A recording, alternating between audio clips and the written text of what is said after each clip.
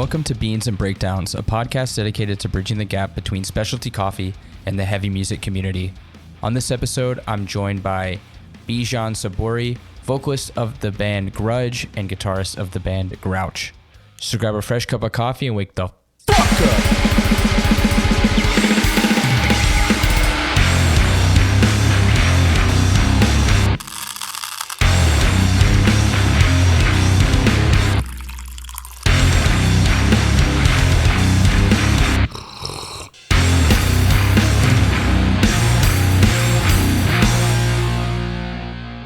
What's going on, caffeinated crew?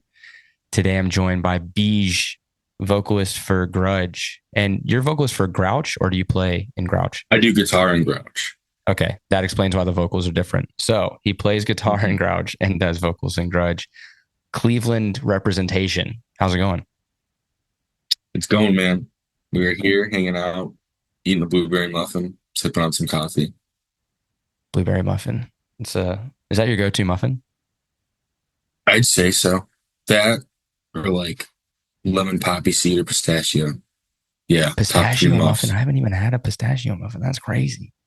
They're like a nice bright green color. It's a weird looking muffin, but it's like a Shrek looking muffin, but it tastes awesome. Yeah. Yes. Big fan. Shrek is love. Shrek is life. Pistachio. I just showed my girlfriend the video for the first time. She's 25. She's never seen it. She didn't have a lot of access to, I don't know, shit like that growing up. So she didn't like it. She did not enjoy that video. But she's seen Shrek. She's seen Shrek. It's not Shrek is love, Shrek is life. The little video is all I'll say. Yes. Was she Amish? Is that why? No. We do have a lot of those here in Ohio, though. Topical jokes. Well, I have a lot to talk about strictly because, like Cleveland, I said earlier, my dad lives in Akron. My brother worked in Cleveland for like a couple of years before the pandemic. So actually during the pandemic. So we'll get into that. But first, tell me what kind of coffee you sipping on.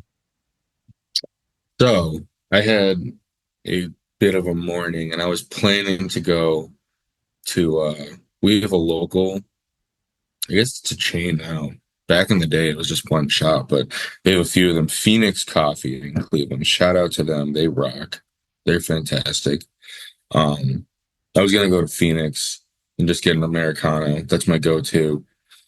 But I had a bit of a morning. So this morning, I just made some instant coffee. Shout out Community Instant Coffee with some Trader Joe's brown sugar oat milk creamer. Yes, sir. Yes, sir. Yeah. Brown sugar oat milk creamer, man. That's good shit.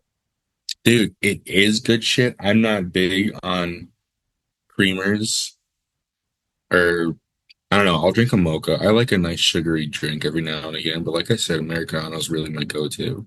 Mm-hmm. But my girlfriend loves this stuff. And now so do I. I have a serious question. I ask this to everybody who says that Americano is their drink. And this is not a judgmental question. It's more so a scientific study of mine. Why do you prefer an Americano over filter coffee? I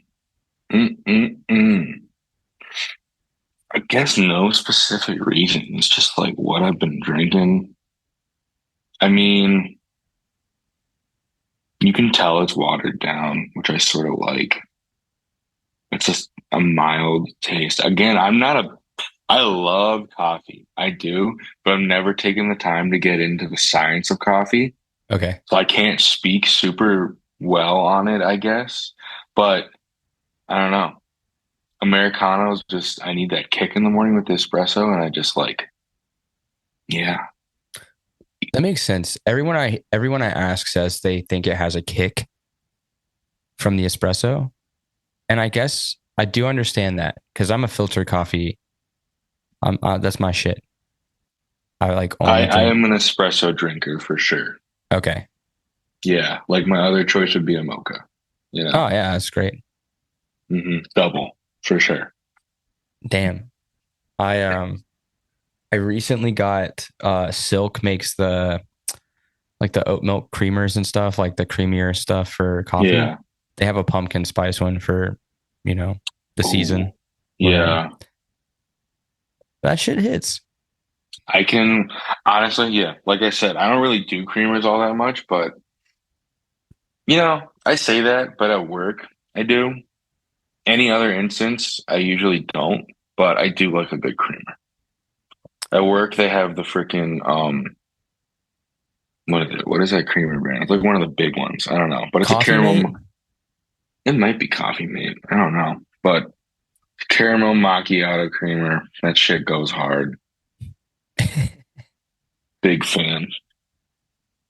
I recently had a experience. I was working at the coffee shop, and these two, you know, bros. I would classify them as bros. Bros, I get it. I'm picturing it. They come in and they order. They're like, "Do you do ice drinks?" And we're like, "Yeah, of course, do ice drinks." I'll take a large caramel macchiato. And the barista, she was so nice too. She was like, so our macchiato is, just so you know, before I make this, is 2 shots of espresso with a little dash of milk. Like it's traditional. So the iced one is just gonna be little tiny cup. And they were like, oh, I was like, yeah, boss. I think you want an iced latte with caramel in it.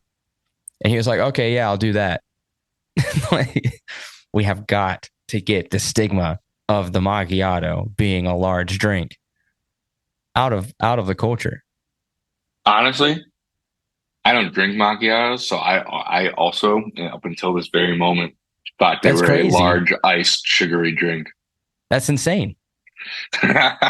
It's Italian for mark. Macchiato means mark in Italian because the Mm, espresso is marked with milk. okay. See, that makes sense. Right. Shit, maybe I'm classified as a bro. Learning. The more you know. It's like the SpongeBob the more you know thing. Yeah. Uh well that's a freebie for everybody. So on if you're ever on Who Wants to Be a Millionaire and the question is what does the word macchiato mean in Italian?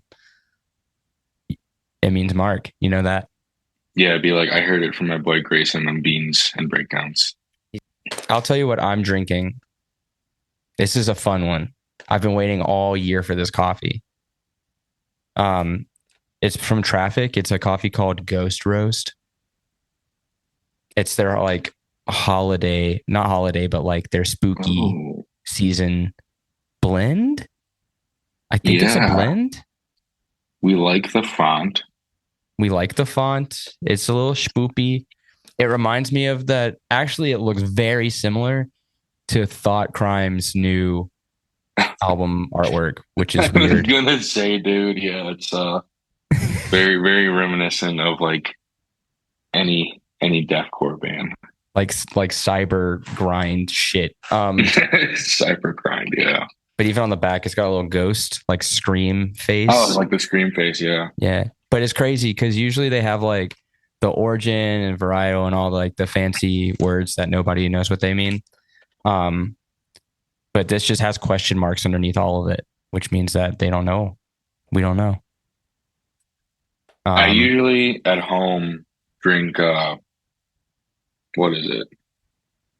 I had to Google it because I wanted to call it Cold Stone and I'm like that's not right and I've been drinking this for years. It's Stone Street Brewing from like Brooklyn, New York. oh, I don't know if you're familiar. I'm a big fan of that and I've been getting it for years. I just recently got a blueberry cobbler one. I don't usually branch out with the crazy beans, but that was pretty delicious. is it flavored or is it like the coffee Yeah, tastes like?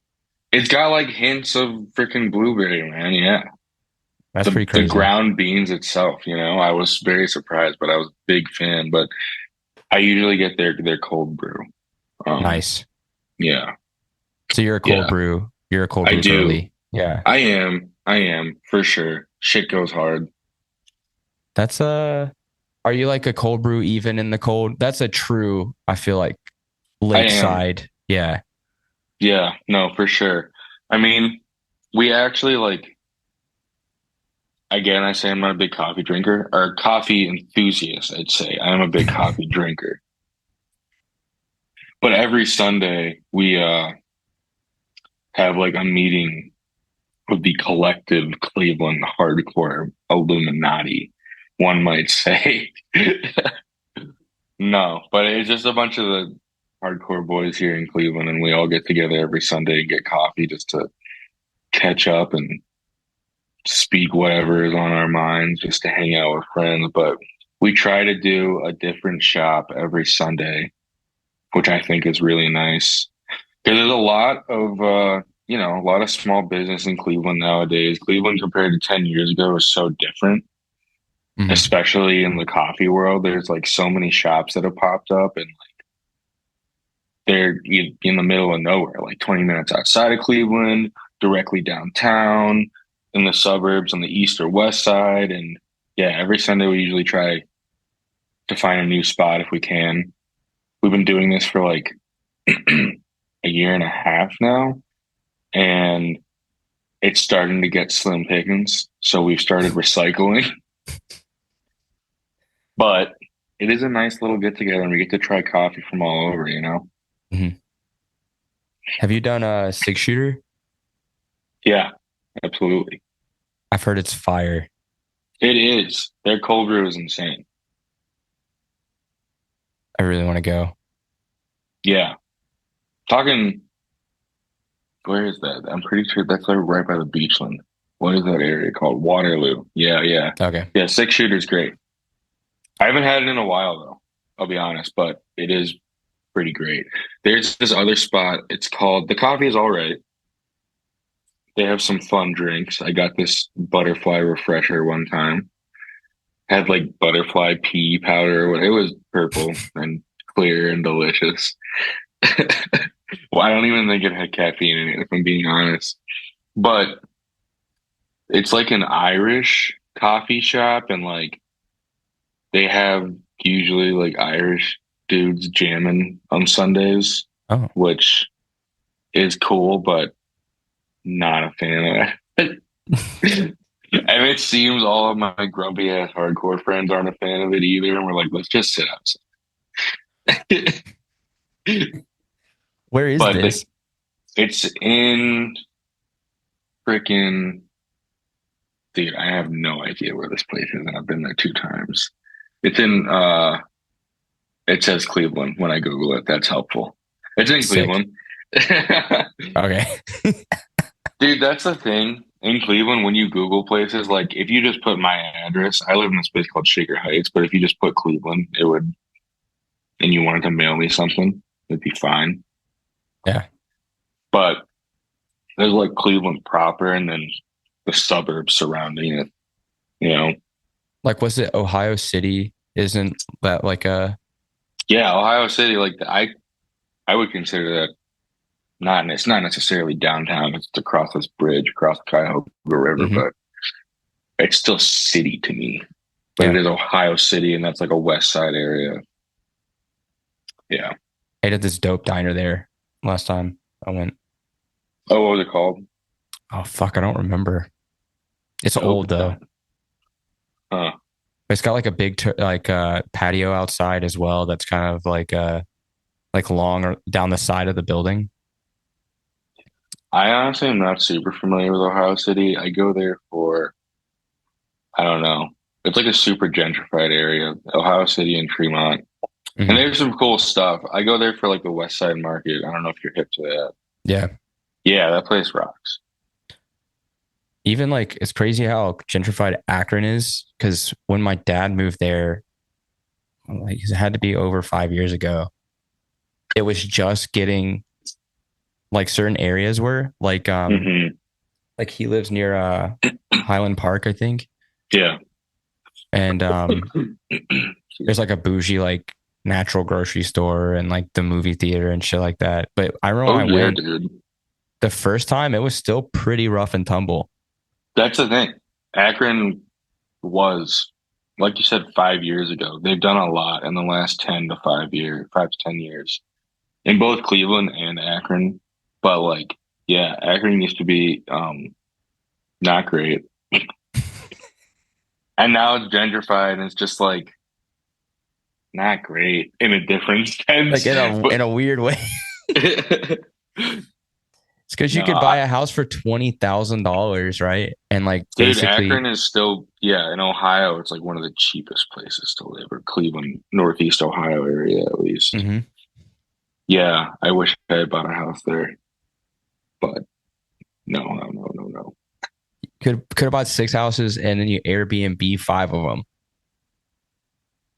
Hmm. for all the college parents that come and visit their kids. Hmm. You know what I mean? Yeah, dude, Akron, let's go, You're not on. You got to get on entrepreneurial TikTok. This is dude. business Bane of talk. my existence. Yeah, let me be schooled by a 23-year-old business bro who's Eat, who has a trust fund and got his investment loan from his parents. dude. You're preaching right now. That's all I see on my. I don't have TikTok, but I have Instagram Reels, which is same shit. Yeah, dude. I hate seeing that. There are like these meme pages that I'll follow, and like they're all selling out to these like weird ads where it's just like out of nowhere. You see, it's like I was 23 years old when I hit rock bottom, and you keep swiping, and it's like now I make $1 million, and you could too. Follow me for business advice, and it's like just the most fucking. It's just frustrating. I get so mad, and I'm just like, dude, fuck you, fuck you, fuck you, fuck you. Let me uh, be at peace. I mean, I hate talking about that shit now. I hate being an adult. It makes me feel terrible inside. yeah, everything hurts. Like it's horrible. Worrying about money is one of the most stressful things ever, but everybody's got to, you know? Yeah, we could People just say live money in. doesn't buy happiness, but like, man, it really can at times. It buys the things that make me happy. I'll tell you something. Coffee makes me happy, but it costs a lot of money. Yes, it So does. tell me money doesn't buy happiness. Say it to my face right now. Say it to my face right fucking now as I'm sipping my community coffee. This actually wasn't that. I mean, it was kind of expensive, honestly. I don't know why it was so expensive. It's a blend. I honestly don't know how much this is a good instant coffee, honestly. Mm-hmm. I've been drinking it for a long time because my dad, like, this was his shit when I was growing up. Right. And I don't know how he got onto it, but he tried it once and then just started ordering it in bulk growing up. We would literally get like boxes with like 50 of them. It's like these little 16-ounce containers of instant coffee. And we would get like 50 at a time in a giant box. And my dad would just order them monthly. Before subscription services were a thing, he would just do this himself. Go through all that coffee. He ordered so much that this like small instant coffee business started sending him like merch. Like Yeah. I have a community coffee windbreaker. I have like a tumbler that's coffee holsters. I don't have a tumbler. Social media. Just want to clarify that. But yeah, dude, my dad loves this shit, and now so do I. He's passed the curse on to me, and apparently the company is going under, so I might have to just order a big old stock here Just get a soon. pallet. Dude, I know. I'm so considering getting just a big old order of it because I really do love this shit. Yeah, what you got to do is get a pallet and then freeze, like deep freeze most of it. Hmm. And then you just take out like 110 at a time. Yeah, it'll last for like 10 years. Yeah. Well, this is like not the ground. It's what is it? Freeze dried coffee or whatever. Not Yeah. freeze dried. It's like the coffee that's been brewed and then like concentrated down. Mm-hmm. So I think it lasts by itself. It's the shit that they put in like military rations. My man's Yeah. drinking Dalgona coffee where they whip it with the fuck. You remember that shit where they whip it with sugar? Yeah, dude. was disgusting. God. Yo, why do people clown?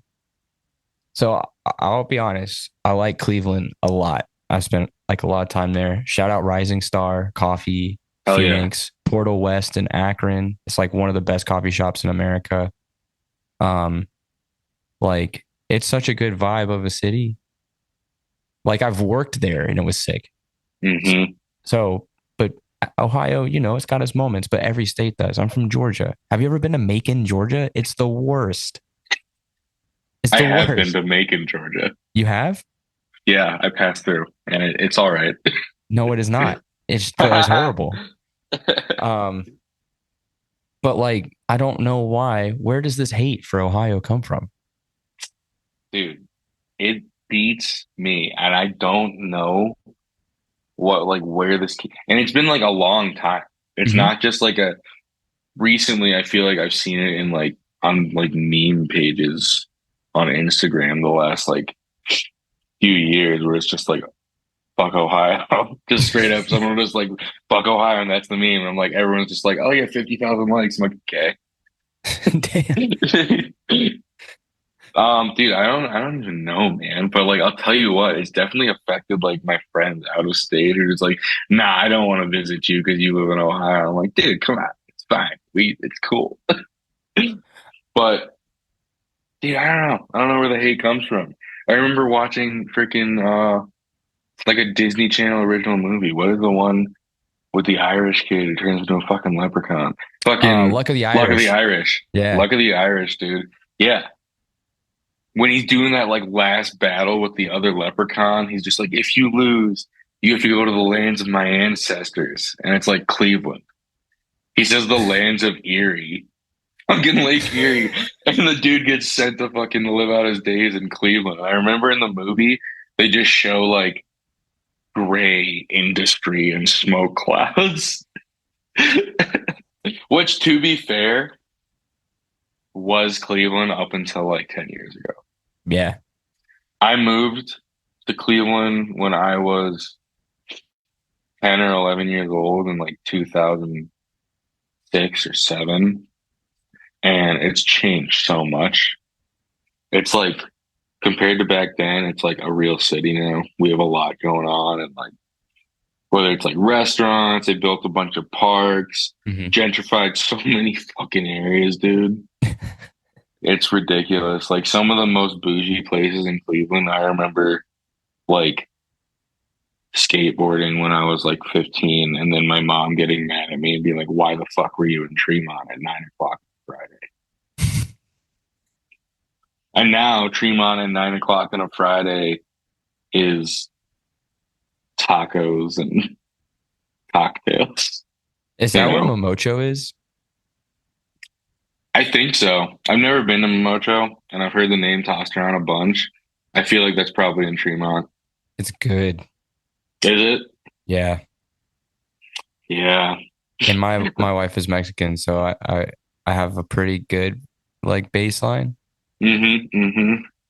Dude, For Cleveland for has a I'll lot say of for like for a particularly white area of the United States, it's good. dude, Cleveland has a lot of diversity in terms of like different ethnic foods. Hmm. And it's small, I guess I'd say for each culture, but like I'm Persian, and I'll say our Middle Eastern food is dog shit. It sucks. And I'm really sad about that.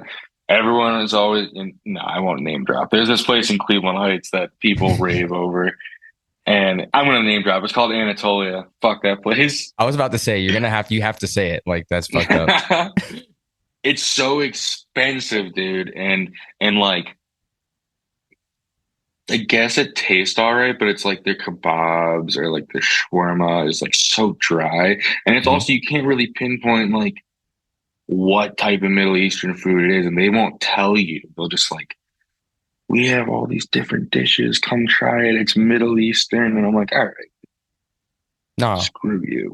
And I grew up eating like amazing Middle Eastern food. Hmm. And it's just a shame because Cleveland can do fucking better. But like I said, Cleveland's changing and we're on the up and up, and I totally see something like that becoming another addition to the area. Yeah. Yeah. You need to come visit here. I'd never been, I've driven through Montreal, never stopped though. Yeah. Dude, this new spot opened up like a couple of blocks from the coffee shop that I manage. Um I cannot remember. Is it called like Donya? I think it's Donya's. This new shawarma place. Hmm. And I had my coworker who's Lebanese and just this other barista got it like the same day. And they were both like, this is one of the best shawarmas I've ever had. And he said it was like $8, Oh, hell yeah. which is cheap. That is cheap, man. Honestly, we do have one good shawarma place here. It's called Fair Shawarma. It's in Lakewood. I actually tried going there last night and it was closed, unfortunately, even though it said Damn. it was open. That was pretty devastating, not gonna lie.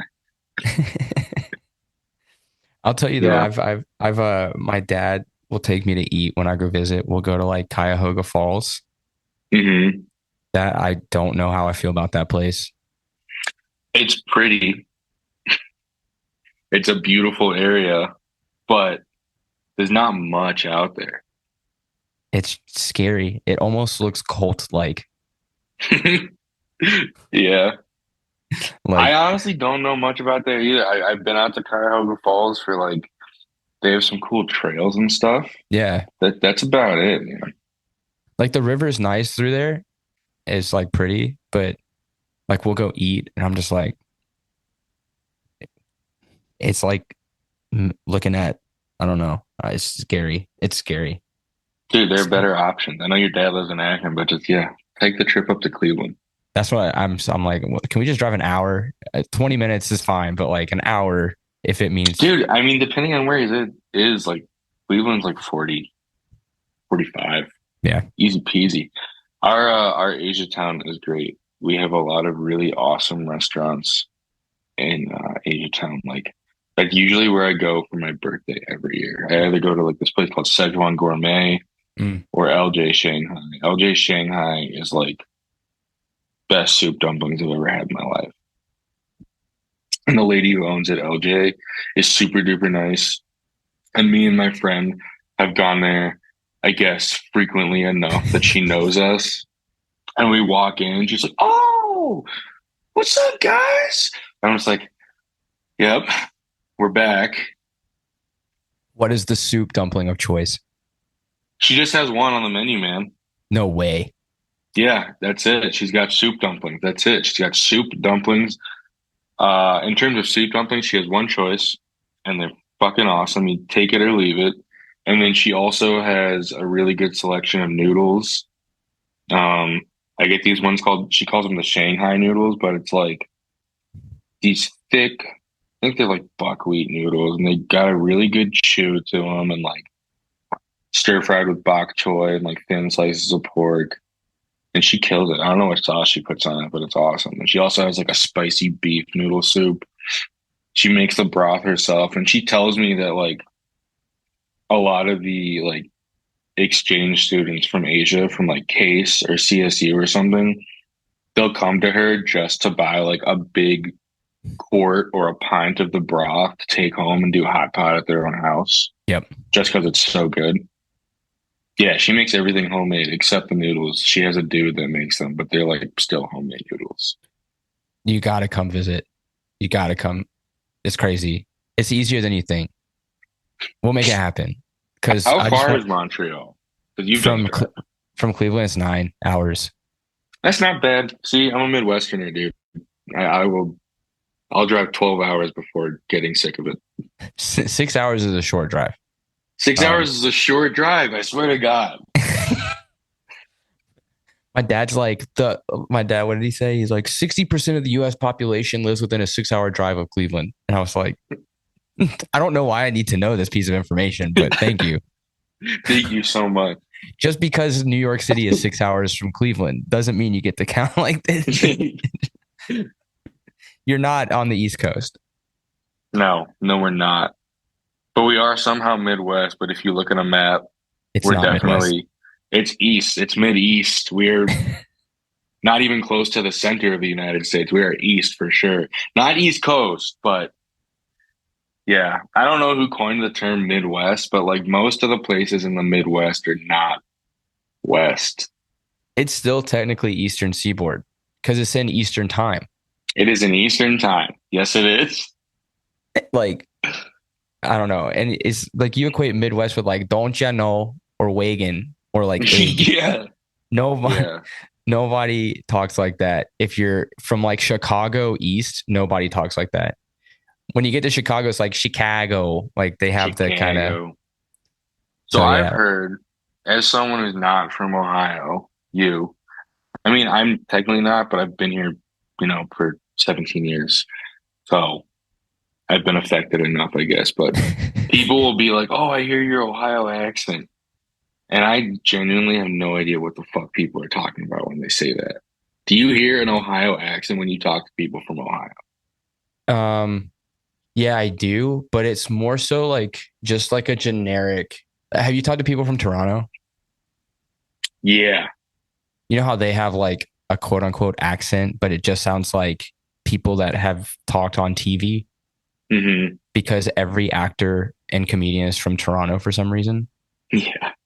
Um, it's kind of like that. Like on Ohio, like you can kind of hear it, but it's like on vowels, it's just more of like an I exaggeration. will say I've heard like Jake Myland, he has an accent. Oh yeah, but he's from Brampton. Brampton. Okay. From Brampton.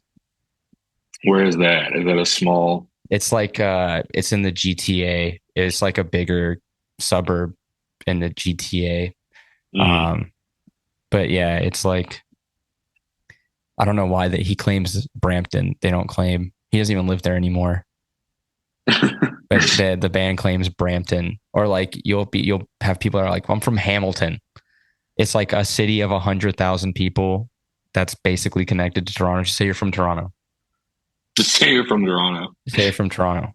Dude, well, I will say, at least in Cleveland, no name dropping here for sure, but there are certain people who get like really butthurt if you claim you're a Cleveland band and like say you live in like the east side, like fucking, I don't know, Mentor or something, which is like 20 minutes away from Cleveland. But it's like everywhere is 20 minutes away from downtown. Like, I don't know. Oh, sorry. There's a nice little raccoon walking on the sidewalk here just in the middle of the day. Real That's awesome. slow, too. He's got He's just, rabies straight up.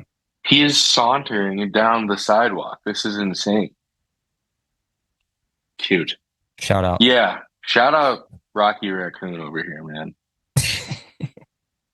Keep on But rocking in the free world.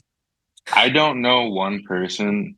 No, I do know one person, but like genuinely in the local hardcore scene, I don't know anyone who lives like in downtown Cleveland. Everyone lives in like Lakewood, Ohio City, Tremont, Cleveland Heights, Shaker Heights, or Mentor, stuff like that. Like none of the shows are downtown. They all like what no No, class they're is in all in Lakewood. Lakewood. All of them are in Lakewood. All the Birdhouse is shows are in in Lakewood. Lakewood. Hmm. Yeah, Everything's it's in all there. Lakewood. Or Everything like is in Lakewood. yeah. No, for sure. We Or used to like the have found where's the shows foundry and all that? Lakewood. Oh my god, it's a fucking No, all of like the punk and hardcore venues and all the DIY spots are Lakewood or Akron, Yep. which is Akron is not Cleveland. That is far. But yeah, those are the spots. We really don't have any East Side spots. We have one. It's called Homestead Tavern, and it's like this really sick little punk DIY spot that my buddy Richard books at. We haven't had a show there in a long time, but it's an old polka hall from like the 50s or 60s. And I remember the first show that Richard put on there. You walk in and it's in like East Cleveland, which is like not the best area. So you pull up and you're just like, what the fuck, dude? And you're like, is this even the right spot? And you walk in, it's just this room. I got there early and it's like the bartender, this old wrinkly lady, flannel. and like three old men who are obviously regulars at this bar that's not actually a bar because they don't have a liquor license, but they have a full bar and it's cash only, and they're all just smoking cigs inside. Mhm. And slowly the punks show up with their shitty PA and their equipment and gear. And these regulars, dude, are sitting there just like, what the hell is happening? Obviously, the bar lady knows, but she did not inform them there was a show there tonight.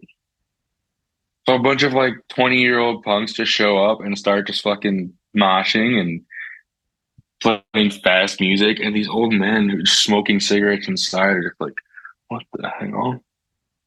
I remember this one dude got super into it and he got into the pit and he has his phone up like he's recording, but his phone is just like off.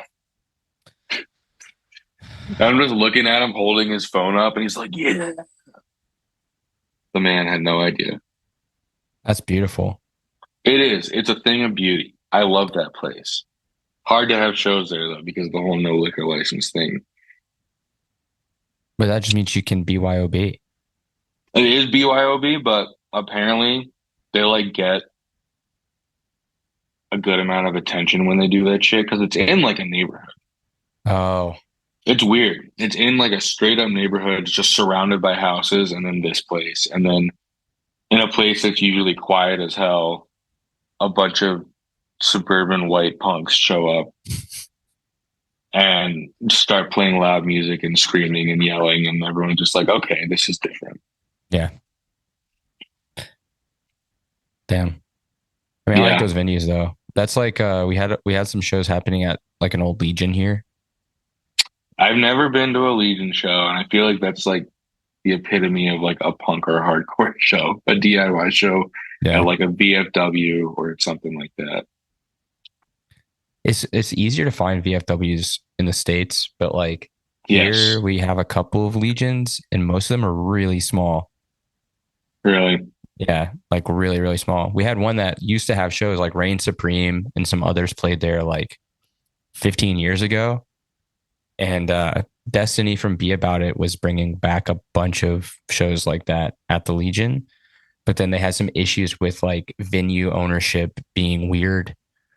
So they had to stop. Like apparently a trans person got yelled at Yeah. for using a bathroom. It was just very strange.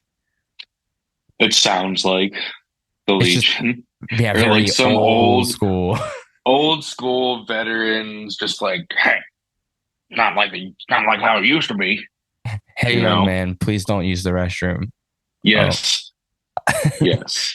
so yeah, that was an issue. But yeah, finding all ages spots here is definitely a struggle. We're lucky in Cleveland, man. We have a lot of really nice spots. I mean, we have like the verified venues like Class. Um, it used to be called Now That's Class. Now it's called No Class. Yeah, Yeah, okay. Didn't know if you knew, but yeah. I'm familiar. we have Class, Foundry, um, some other places like 5 o'clock Lounge. But Fantasy is fantasy. No, it's Mahal's now, isn't it? so different areas. Fantasy and Symposium are like directly across from the Foundry. Mahal's has been around for a long time. And that's also a topic of debate if it's Mahal's or Mayhalls. Apparently it's Mayhalls, but I grew up saying Mahal's, so Why is it in? That's it's not just even because an English name. It's not even an English word. that's somebody's actual name. The dude who started it, that was his last name. Something Mayhall. That's insane. Yeah. Maybe I'm like perpetuating a rumor that's not even true, but this is what I've heard. We need a verification. Yeah, but then we have some DIY spots, like Birdhouse. We have another spot called Prototype that my buddy Richard, the one who books at that Homestead Tavern place, he runs Mhm. Prototype as well, which is really sick. And it's great. Even in Akron, like we have Cling Thing. We just recently had this spot called The Cave that unfortunately no more shows there, but that was a really nice spot too. Yeah, we have a nice plethora of places to play music at, which not every city can say. you know? Most of our spots are bars, Yeah. and trying to do DIYs here is like for some reason really difficult. Um, DIY is hard, man. It's very hard in general. And I respect the people who can do it, like Birdhouse, mhm. Quinn, the guy who runs that. Um, like you walk inside that place. Have you been to Birdhouse? I know you're trying No, to I've book there. I've seen photos and like I've had friends that play there. So you see in the basement, and it looks like a typical basement venue. There's lights, it's got some drawings on the wall. It's got like a fucking portrait of Larry Bird and then a pigeon, birdhouse. But upstairs, it's like this place is nicer than my house. You walk upstairs, and it's like, yeah, someone lives here. He's got like an axolotl tank, some nice couches, wall art, tchotchkes and shit everywhere. A lovely sectional couch and coffee table, 60-inch flat screen. You walk in and it is somebody's house. And I just find it so amazing that he can have these shows with 100+ people there and people just respect the space. Mhm. You know, his house looked fine after every show. Nothing goes bad. I'm sure every now and again something falls off a shelf, whatever, but like there's never been like this incident there as long as I've known Quinn where he's contemplated stopping doing shows there, you know? Right. And it's nice that people can see that and respect the space and respect that what we have is like a luxury, you know? Not everywhere can have it. And a lot of the bands that I've seen there will play their shows and comment on that and be like, you don't know how lucky you are to have a space like this. And I hope people take that like to heart because I know I do. That place rocks. Yeah. Yeah, I mean, I don't know what it is about Montreal. Like we've had places like that. Like we've had places called like Death Church, Death House. Like we had a DIY before I moved here that like the Trapped Under Ice and Turnstiles first tour. Oh, oh. It was like somebody's house, dude's walking through the pit with his laundry, like to go upstairs to do laundry. That's sick. So it's like we've had that before, but it's hard to continue it. It is, man. It is for sure. Yeah. No, I respect dudes who do that, like Quinn and Richard and his partner Mhm. Leah. They kill it. Prototype's another really good one. Shout out to them. Shout out to Richard and Leah. They kill it with that shit. And Prototype was like one of our first shows for Grudge. And, you know, in hardcore in this genre, it's like you don't get paid a lot of money. You really just don't. Yeah. And I was expecting like, I think it was like a second or third show. I was expecting less than $100. It was a Sunday that was scheduled for 9:30. It didn't start until fucking 10. And just were not a lot of people there. And I was expecting like 50, $60. But Richard and Leah always like pay bands like $200 at least if they can, Mhm. even out of their own freaking pockets if they have to. They just try to make it right, you know. Yeah. Let bands have a good experience, whether they're locals or touring, and that's the way it should be. Yeah. Yeah. Cause like as soon as a band early on understands like what it's like to be paid what you're worth, like it makes you work harder, I feel like. Oh yeah, dude. And then it also gives you a perspective on like what's a good show, what's a bad show. You know what I mean? Hmm. Cause like, I've been playing a band since I was like 15 and I've probably played more bad shows than good shows, even at this point. But it helps you appreciate like, man, that's a good fucking show. Like the Oh yeah, promoters dude. know how to take care of the people. The crowd's good. So yeah, I think it's important for bands to have that, like to know, hey, like it's probably not the right thing for somebody to pay you $30 for traveling out of country. No, has that happened to you? I won't name names. Oh my God, Um, that's terrible. Holy shit. we'll talk about it later. But yeah, I respect to them for sure. And like I've seen so many videos from that scene, like the I've seen some videos at class and stuff like that. And I'm like, man, this fucking scene is sick. Like it looks so good. And unfortunately, like not this time around, but hopefully next time around we'll be able to come through and play because I really that's like on my list is like being able to play Cleveland, like a sick show in Cleveland. So Cleveland is great, man. We're very lucky. I mean, not just DIY venues, but yeah, the scene itself, like the mhm. support that people have. And like really before the pandemic, it was not like this at all. Um, yeah, I mean like DGR, delayed gratification records, and like Slug. Um, yeah, my buddies, they just really I don't know, they really were the driving force for the scene in Cleveland and the comeback. Um, I think like the first show back was like 2021. I think it might have been the first DGR showcase. Mhm. But yeah, since then it's just been like up and up and up and up. And there's been a lot more bands popping up. Obviously, like Grudge and Grouch, we both started writing. I joined Grouch later on, but both bands started writing in I think like 2021 or 2022, right as the scene was pumping up again. We both released our demos in the spring of 2023. Mhm. And there's even more bands now since then, you know, like Walking Wounded too. They released their shit before us, but they're doing really well. They're like metalcore, but they fit in with the hardcore scene pretty well. They just got signed to Relapse Records. Shout out to my Damn, boys. Yeah, dude. Crazy. that's They, big. dude, it's crazy. And they were doing well. They had really great stuff out. And then in the spring, they released Bestial Condemnation, their EP. And like that record goes so fucking hard, dude. I loved it genuinely so much. And then like months ago, I was sitting at Grouch practice and like Noah just texted me. He's like, Beej, we just got signed. And I'm like, shut the fuck up, dude. He's like, you can't tell anybody. And I'm just sitting there in practice with all my other friends and like, It's just like the meme of like the just sweat droplet, like yeah, dude sitting at the dude, desk.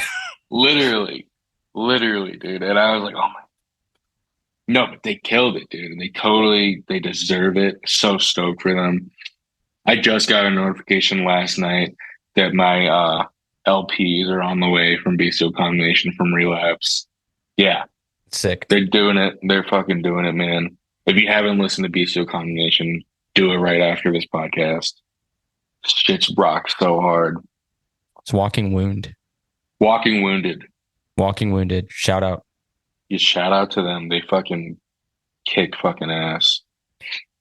And we're playing with Sliced and Buffalo on the Yeah, 25th. we're playing the Slice as well on that next weekend, the second in Toledo, where they're from. Oh, they're from Toledo? I think so. I thought they were from I'm Northeast. no, I'm pretty sure they're a Toledo band, dude. Because I know Saf, the vocalist, she's doing bass in another one of my buddies' bands out of Toledo called Devoured that just dropped their demo. Okay. I did hear about Devoured. Devoured, that demo rocks too. I was not um I was surprised at how much I liked it. Not for any particular reason. I'm just like, oh, it's another heavy beatdown Mhm. band. Another one, you know. But it was Another, good. another. Another one in the highly saturated market right Yeah, let's just throw in five more. Who doesn't need more? Well, how did you like getting into the scene and everything? What were those catalyst bands for you? Dude, well, I'd say like again, post pandemic, I mean, I've been listening to heavy music and like specifically hardcore for a while, but and metalcore, man. I used to be a big metalcore kid. Same. It's disgusting. But I was a scene kid. I had the hair and everything. I have curly ass hair, so I wanted the hair, but I just couldn't. And it made me angry. I wanted the swoop so bad back in the day, dude. Oh, I had the swoop. You better believe. There's some people, there's a certain member of Slug who used to wear the extra small shirts and had the swoop as well. And if I name dropped him, he'd probably beat my ass. You So I'm have to not dox going. him. You have to, because Dude, you know, he's walking around being like, I remember when this band dropped this demo, and I remember when I saw Trapped Under Ice, and it's like, brother, you were at Warp Tour. We know this. well, he'll admit up to it, dude. He just does not like talking about it. Fine, I'll bring up a picture and he'll just be like, "Beej, you motherfucker," and I'm like, fair "Okay, enough. okay." Oh, shout out, shout out to my boy B. Anyways, Shout out, uh, shout out, Slug. yeah. What That's the a good fuck band. were we talking about? Oh, bands that got me into it. Um, I don't know. One of my first like hardcore bands that I ever saw back in the day was Hatebreed.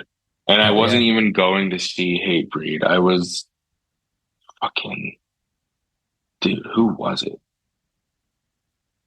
I forgot who they were on tour with. I tagged along with a friend of mine. This was hmm in like maybe sixth or seventh grade. I saw them at the House of Blues in Cleveland. And yeah, Hatebreed got on and I was like, this is fucking sick. And I know it's very cliche because it's fucking Hatebreed, but they got me into like hardcore. hmm Yeah. So and I remember after that show, like doing a deep dive into their discography and just like really sucked me in. I think after Hatebreed, somehow I found like a link to like Judge and like got super into them. And then I don't know. Yeah. From there, I don't know. I guess it just really blossomed. hmm But like I said, Cleveland's local scene didn't really pop off until post pandemic. It's like we had a big scene probably like 10 or 15 years ago, from what I understand. And then it died down a bunch. And then post pandemic, it blew up with a bunch of younger kids, Yeah, us, I guess. I mean, some of us are pushing 35, but younger. that's the old heads in your scene. In like the bands that are playing right now, no, those are not the old heads, but I'm just like in the current band. I mean, like Live It Down, those are all old heads, like Andy. They're all in their 40s and Okay, probably yeah, 50s and that's stuff. certified old head material. Yes. And they're sick. They're on Triple B. Shout out Live It Down. They're Yeah, great. that's a good band. But no, we have a bunch of old heads that like come to shows and stuff. But in the bands that are playing right now, like yeah, 30s, hmm 20s and 30s. A lot of young kids. My ADHD goes super hard if you can't tell. I still haven't named any other bands. Yeah, I mean, if you were to ask me what the best, like, what top three bands in Montreal right now, it would be like, uh, Celine Dion or something. I don't know. Celine Dion, dude.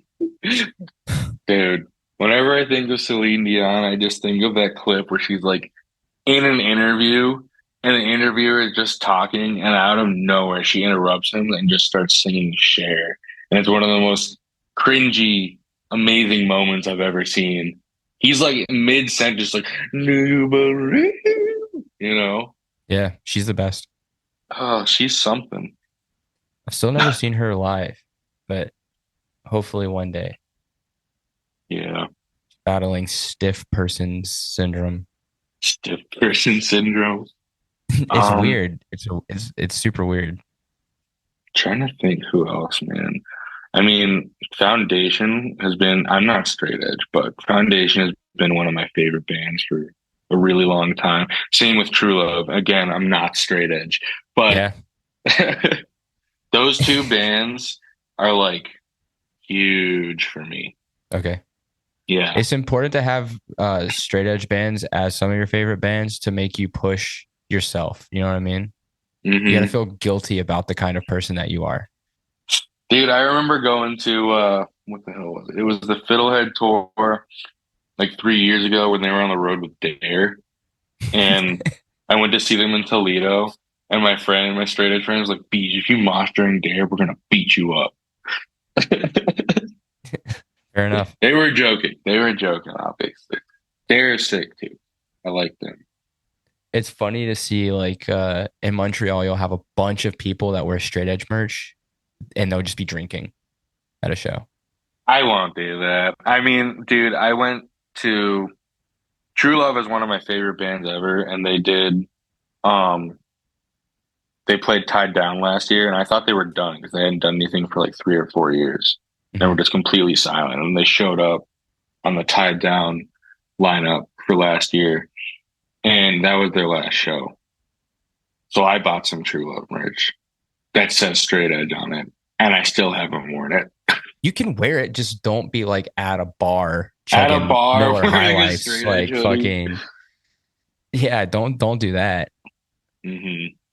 But like I have an Orthodox shirt that I love. It just looks sick. Like it's a Carhartt shirt, Yeah. and it has three giant X's on the back. And I'll wear it to band practice, but I will not wear it to the bar. No, no. Smart.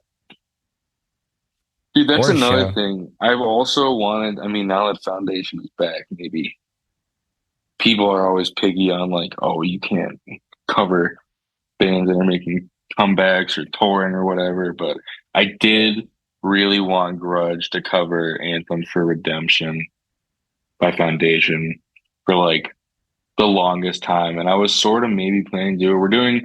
We have a split coming out. Well, it already came out, but we're doing the release show at the end of this month.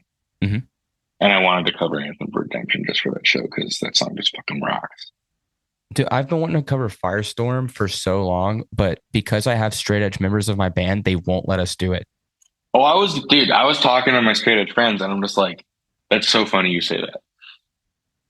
They're just like, Anthem for Redemption is cool. Like, don't do Firestorm though.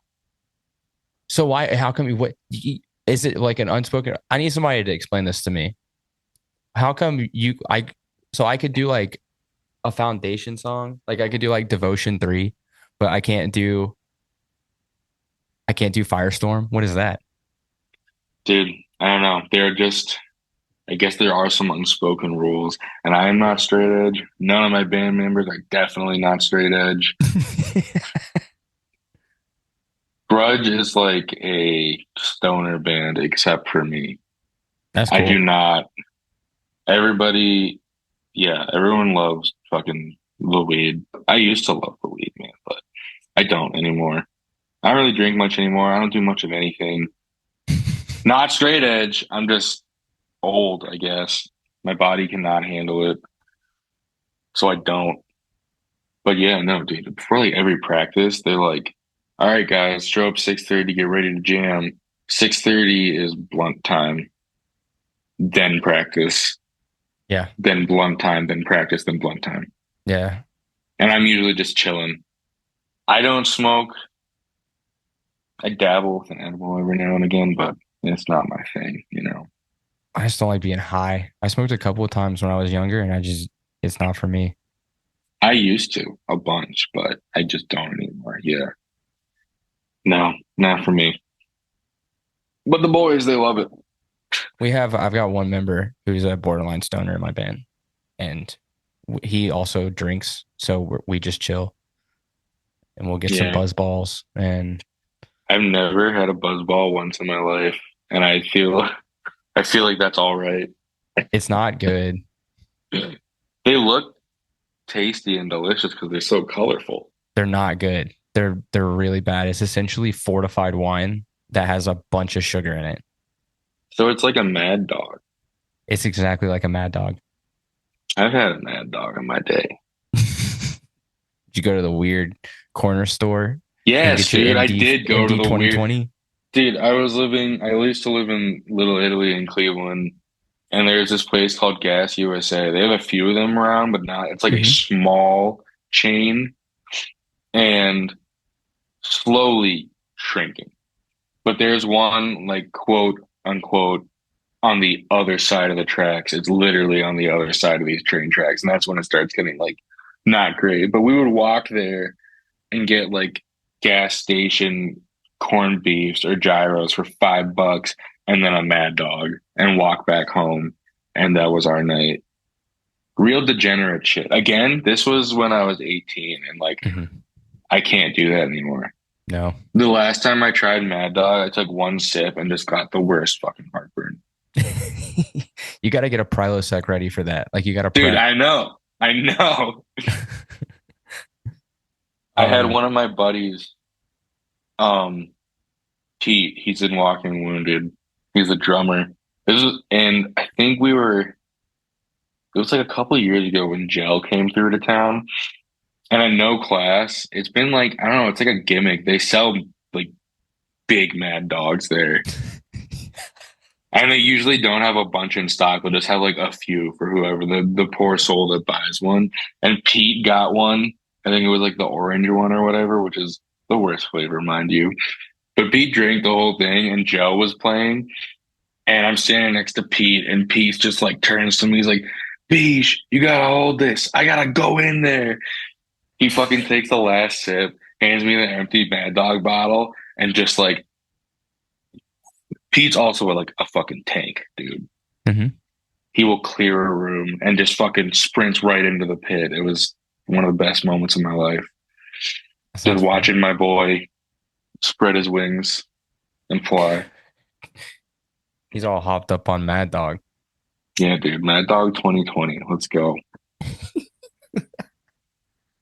There's a chain of gas stations in where I'm from called El Cheapo. I shit you not. That's what it's called. It's El Cheapo, and I used to live across the street from one. And so me and my friends would go in, and usually it was we would get a Mad Dog every once in a while, but most of the time it was Colt 45s Oh yeah, dude.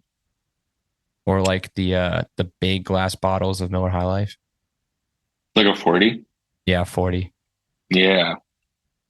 Same space when I was living in Little Italy. We would do that. Or like, do you ever have the steel reserves? Yep.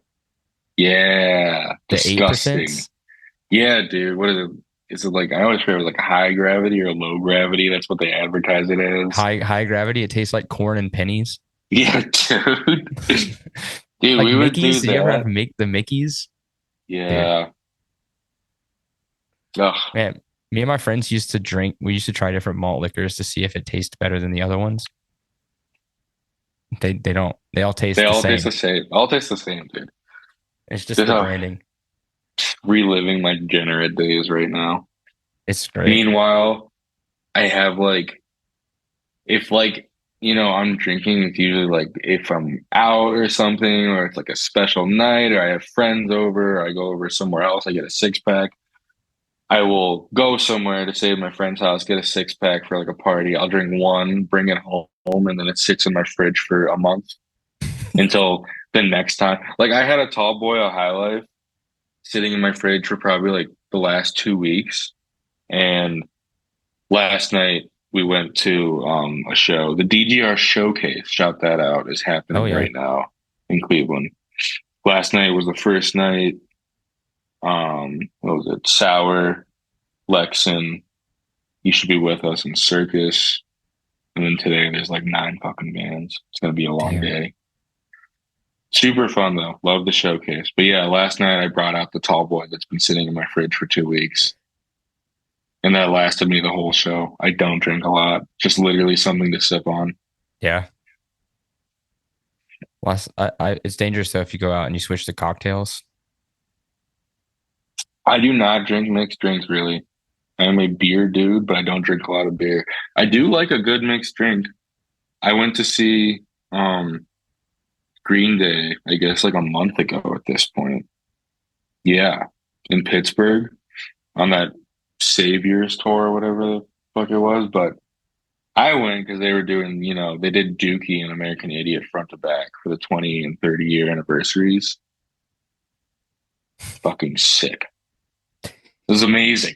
It was like one of the best experiences of my life. Those are, uh, but yeah, beforehand, it was like at Pittsburgh at the Pirates Stadium. Me and my buddy found this bar, and I got this fucking it was like a blue Jolly Rancher was the name of the drink, and it Sick. tasted just like a blue Jolly Rancher, Oh and it no. rocked. It That's sugary. rocked. It was so sugary, dude. I don't do it that often, but gee whiz, that was amazing. And you could not taste the alcohol at all, and I had to. Damn. We Yeah. had last night I went to there's a place called Turbo House here. It's kind of like a venue with like a little bar, and they have a happy hour that's like crazy. $5 pints, $5 well drinks, and $10 doubles. So basically it was like 7 minutes left in the happy hour. I ordered a pint of PBR and a double rum and coke Oh boy. all at once. So I just chugged the PBR and sip on the rum and coke. Dude. Yeah, that'll get you. That's good right It's there. good. It's all You're good. set. Um, so tell me, y'all released that split pretty recently? Yeah. 12 days ago, October 1st. Hell yeah. October 1st, we released the split. Um, and it's something that both bands have been working on for the better part of a year or so. One of the songs on the Grudge side, it's called Never Enough. We actually played that song at our first show. We had the demo written and then we wrote a new song and we've been playing it literally since our first show, but it just was never released anywhere. Hmm. So we just tossed it on the split, which was like maybe a bit of a cop out. Cause I'll tell you what, it's like we wrote that song, a year and a half ago, running on almost 2 years. And, we're a very different band. Our music is different. You can even hear it on the split. Like the other two songs on there just sonically sound very different. Yeah. And I like where we're at now. Like, I don't hate any of the songs on the split, but Never Enough is like definitely my least favorite. We've been playing it so long and like, yeah, we're just very different band now. It is weird. It like jumps from being like straight ahead hardcore to kind of like a beat downy feel. Hmm. So did y'all start as like kind of a beat down band? Dude, we were like not straight up beat down, but like, yeah, closer to it. Like we were going very not like I said, like Foundation was a big influence, and I guess so was Hatebreed. Hatebreed, like I wouldn't even consider them beatdown, but they're heavy, you know. It's breakdowns. And yeah, we were just trying to go for very like old school 90 capital H type shit. And I think we were closer to modern heavy beatdown, and like now we've really honed in on that idea that we were going for, Hmm. at least for Grudge. And yeah, I mean, I'm happy with where things are going. And we have more songs that we're working on right now. Hopefully, we're gonna play another new one at the release. But yeah, I don't know. Um, y'all have any like touring stuff? Because I know the release show is in 2 weeks. Hmm. Um, what do y'all have planned for like the rest of the year into next year? Right now, nothing, because I think like the idea was, we had the demo, and then the idea was to have the release after the demo, like label shop and stuff like that. And then I joined Grouch to play guitar. And then, we're all friends, Grudge and Grouch. And we're like, well, let's just do a split self release. We're like, okay. So we did that, self released. And now the idea is to write an EP, get on a label, Yeah. call it a day. And I think after the split release show, and then we have the show in Toledo the next weekend. But after that, we're probably taking a bit of a break and gonna just like write the EP, I think, at least until like the spring or something. Right. Maybe not that far, but sometime in the next year, we probably won't play a show until like early next year. So no touring planned right now. We talked about doing something in the winter, like just like a 4 day, Hmm. 3 or 4 day weekender. That'd be cool, but yeah, nothing is set in concrete right now. Same for Grouch. Grouch has never been on the road, and I know we all really want to, but it's just been like scheduling issues. Right. But we have been talking recently, and like we might do like a quick weekender for the split. with Grudge and Grouch. You know, that'd be cool. But yeah, nothing is set in stone. Who um who did the recording and mixing? Because it sounds really good.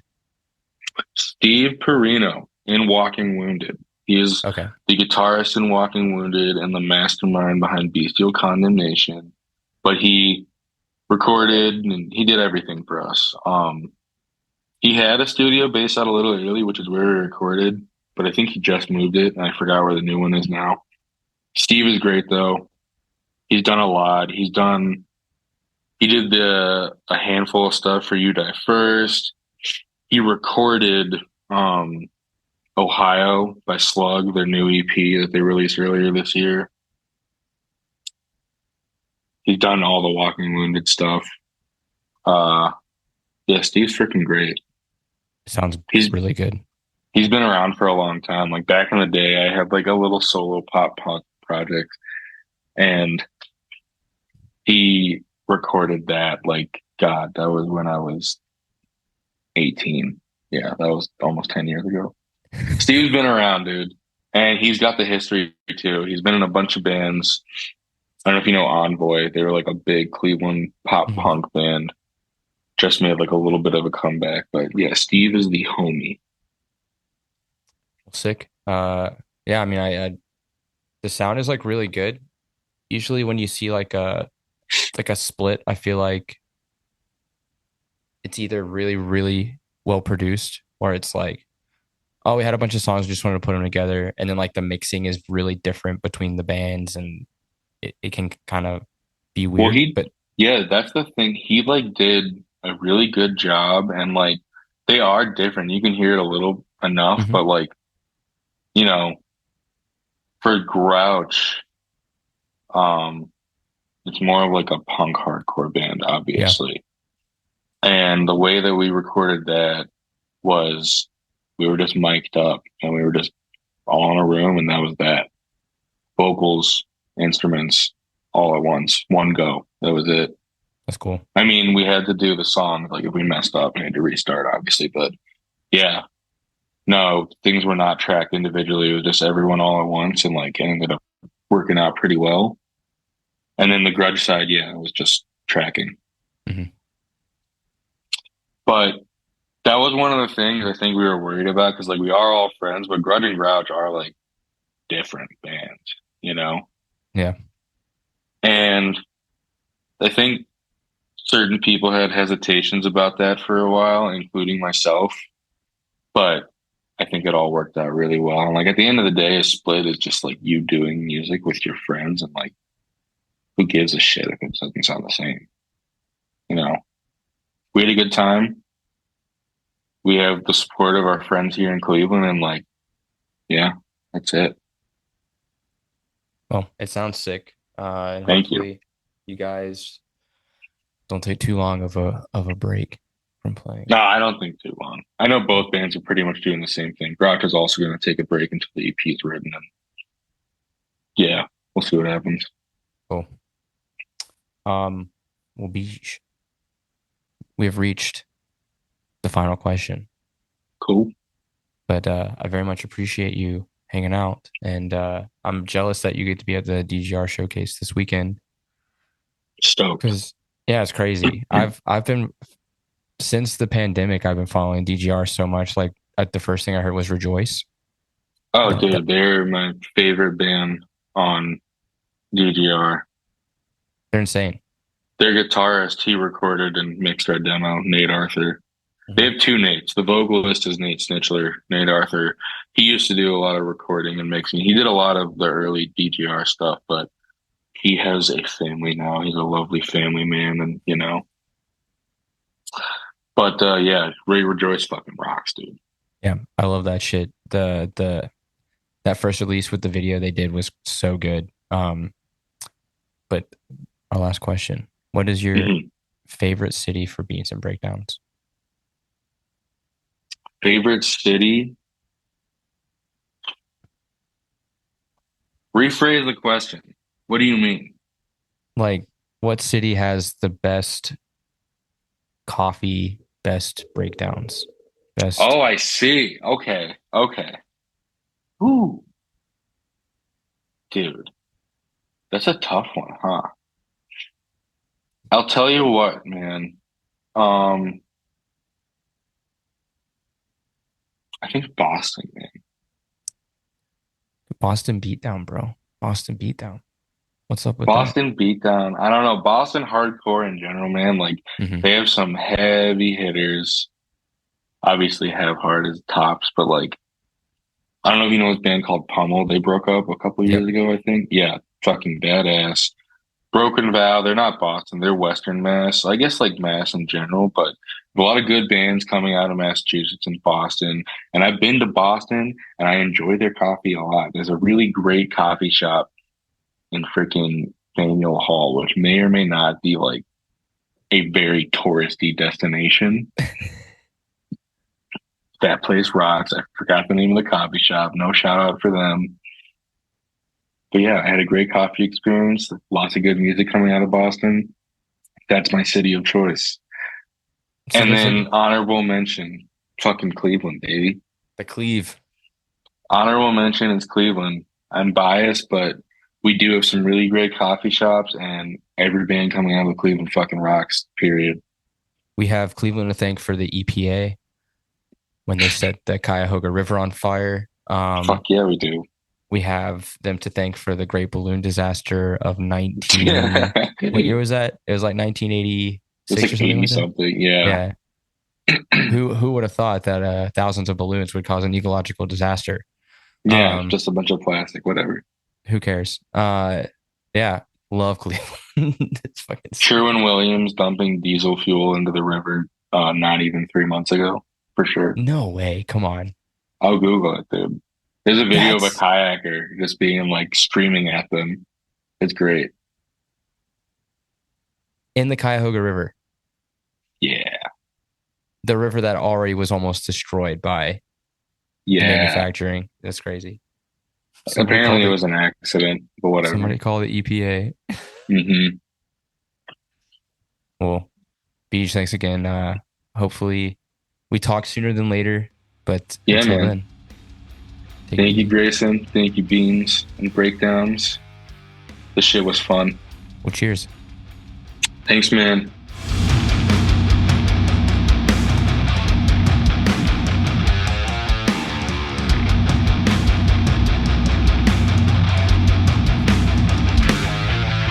Thanks for listening to this episode of Beans and Breakdowns. I want to say a huge thanks to Beej for hanging out on the podcast. Be sure to check out the split from Grouch and Grudge, available on all streaming platforms. And if you can make it to the release tomorrow in Cleveland, be sure to check that out. Give them a follow on the Instagram. If you've enjoyed the podcast, please subscribe and leave a review. You can find out more information about the podcast by following us on Instagram at Beans and Breakdowns or on the web at beansandbreakdowns.com. Until next week, be sure to stay caffeinated and wake the fuck up.